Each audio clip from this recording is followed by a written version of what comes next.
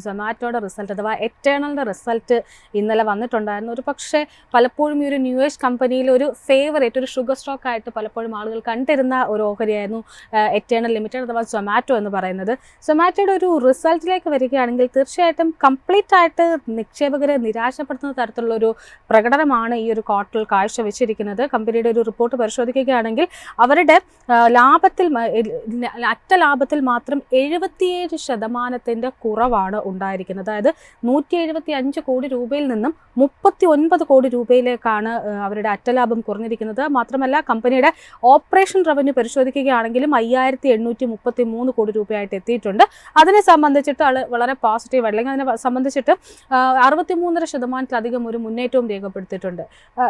സൊമാറ്റോയെ സംബന്ധിച്ചിട്ട് ഒരു പക്ഷേ താങ്കൾ പലപ്പോഴും പറഞ്ഞത് ടെക്നിക്കലി പലപ്പോഴും വയബിളായിട്ട് നിൽക്കുമ്പോൾ പോലും ഫണ്ടമെന്റലി ഒരു സ്റ്റോക്കിനെ എങ്ങനെയായിരിക്കും താങ്കൾ വിലയിരുത്തുന്നത്? അല്ല, ഈ സൊമാറ്റോ പറയുന്നതിന് മുമ്പ് ഒരു ഡിസ്ക്ലൈമർ, അതായത് ഇറ്റേണൽ അല്ലേ, ഇതേ ഫോറത്തിൽ, അതായത് നമ്മൾ മൈഫിൻ ടി വിയിൽ ഞാൻ ഇന്ന് അവതാരകനായിട്ടിരിക്കുന്നു. ഞാൻ ഗസ്റ്റായിട്ട് വന്ന ഒരു കാലഘട്ടം ഉണ്ടായിരുന്നു കോവിഡിന് ശേഷം. അതിൽ ഏതാണ്ട് 40 രൂപ 50 രൂപയിൽ ഞാൻ വളരെ ബുള്ളിഷായിട്ടും ഓപ്റ്റിമിസ്റ്റിക്കുമായിട്ടുള്ളൊരു ബിസിനസ്സും സ്റ്റോക്കുമായിരുന്നു സൊമാറ്റോ എന്ന് പറയുന്നത്. അതേ ഞാൻ തന്നെയാണ് എൻ്റെ ഈ അഭിപ്രായം പറയുന്നത്. ഞാൻ ഈ പറയുന്നത് എൻ്റെ വ്യക്തിപരമായിട്ടുള്ള അഭിപ്രായമാണ്. ഇത് ഒരു ഇൻവെസ്റ്ററും അല്ലെങ്കിൽ ഒരു പ്രേക്ഷകനും ഫോളോ ചെയ്യണമെന്ന് ആഗ്രഹിക്കുന്നില്ല. ഞാൻ എൻ്റെ പോയിന്റ് ഓഫ് വ്യൂവിൽ എന്താണ് സൊമാറ്റോനെ കുറിച്ചുള്ള അഭിപ്രായം എന്നാണ് ഞാനിപ്പോൾ ഷെയർ ചെയ്യാൻ ഉദ്ദേശിക്കുന്നത്. ഈ വന്ന റിസൾട്ട് ഞാൻ കണ്ടായിരുന്നു. It is one of the disastrous result. എപ്പോൾ നമ്മളെപ്പോൾ ഈ everything is good at a price അല്ലെ, ഒരു സാധനം മേടിക്കാൻ നമുക്ക് അതിനൊരു വില അതിനകത്തൊരു ഇമ്പോർട്ടൻറ്റ് ഫാക്ടറാണ്. അതായത് നമ്മളിപ്പോൾ പറഞ്ഞു വെച്ചാൽ 50,000 രൂപയുടെ ഫോൺ, നമ്മൾ മാർക്കറ്റിൽ 50,000 രൂപയുടെ ഫോൺ മേടിക്കാൻ അതിന് 50,000 രൂപയുടെ ഫീച്ചേഴ്സ് ഉണ്ട് അല്ലേ. ആ 50,000 രൂപയുടെ ഫോണിനെ 5 ലക്ഷം രൂപയ്ക്ക് മേടിക്കേണ്ട കാര്യമില്ലല്ലോ. 5 ലക്ഷം രൂപയ്ക്കാണ് നമ്മൾ ആ ഫോൺ മേടിക്കുന്നതെങ്കിൽ 5 ലക്ഷത്തിന്റെ സാധനം ആ ഫോണിൽ ഉണ്ടാവണം അല്ലേ. ഇതാണ് അപ്പോൾ everything is good at a price എന്നുള്ളത് ഞാൻ ഒരു ആമുഖമായിട്ട് തന്നെ ഇതിനകത്ത് പറഞ്ഞു വെക്കുന്നു. ഈ സൊമാറ്റോനെ കുറിച്ചെന്ന് വെച്ചാൽ നമ്മൾ എപ്പോഴും എല്ലാ ബിസിനസ്സിനും ഒരു സൈക്കിൾ ഉണ്ട്. ആ സൈക്കിൾ എന്ന് വെച്ചാൽ ഇപ്പം നമ്മളിപ്പോൾ ഒരു ജംഗ്ഷനിൽ ഒരു കട തുടങ്ങണമെന്ന് വിചാരിക്കാം. കട തുടങ്ങി നമ്മൾ എന്തെങ്കിലും ഒരു ഗുഡ്സ് വിറ്റു, നമ്മളൊരു ബേക്കറി ആണെന്ന് വെക്കുക. അവിടെ ഒന്നും ബേക്കറി ഇല്ല. നമ്മൾ ആദ്യമായിട്ടാണ് ആ ജംഗ്ഷനിൽ ഒരു ബേക്കറി തുടങ്ങുന്നത്. ആ ബേക്കറി നമ്മൾ തുടങ്ങി, നല്ല സാധനങ്ങൾ നമ്മൾ കൊടുത്തു, നല്ല പ്രോഫിറ്റ് മാർജിൻ ആക്കി, നമ്മുടെ ബിസിനസ് നന്നായിട്ട് ഫ്ലറിഷ് ചെയ്തുകൊണ്ട് പോകുന്നു. നമുക്ക് എക്കാലത്തേക്കും നമുക്ക് കോമ്പറ്റീഷൻ വരില്ല എന്ന് നമുക്ക് വിശ്വസിക്കാൻ പറ്റില്ലല്ലോ. ഇല്ല, നമ്മുടെ ബിസിനസ് നന്നായിട്ട് പോണു എന്ന് കാണുമ്പോൾ, അതായത് നമ്മൾ ഒരു സാധനം വിൽക്കുമ്പോൾ 20% പ്രോഫിറ്റ് മാർജിൻ ഉണ്ടെന്ന് വയ്ക്കുക. 20% പ്രോഫിറ്റ് മാർജിൻ ഉണ്ടെന്ന് വയ്ക്കുക. നാളെ ഒരു കാലത്ത് നമ്മുടെ തൊട്ടടുത്ത് തന്നെ വേറൊരു ബേക്കറി വന്ന് തുടങ്ങാനുള്ള എല്ലാ ചാൻസും ഉണ്ട്.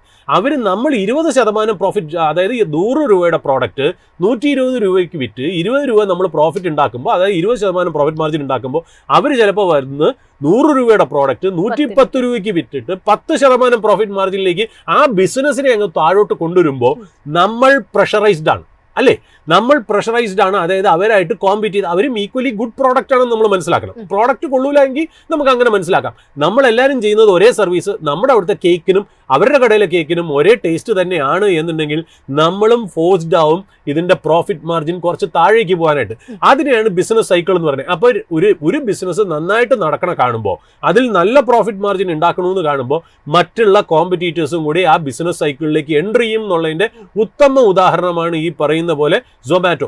Everything was fine when Zomato and Swiggy were the only players.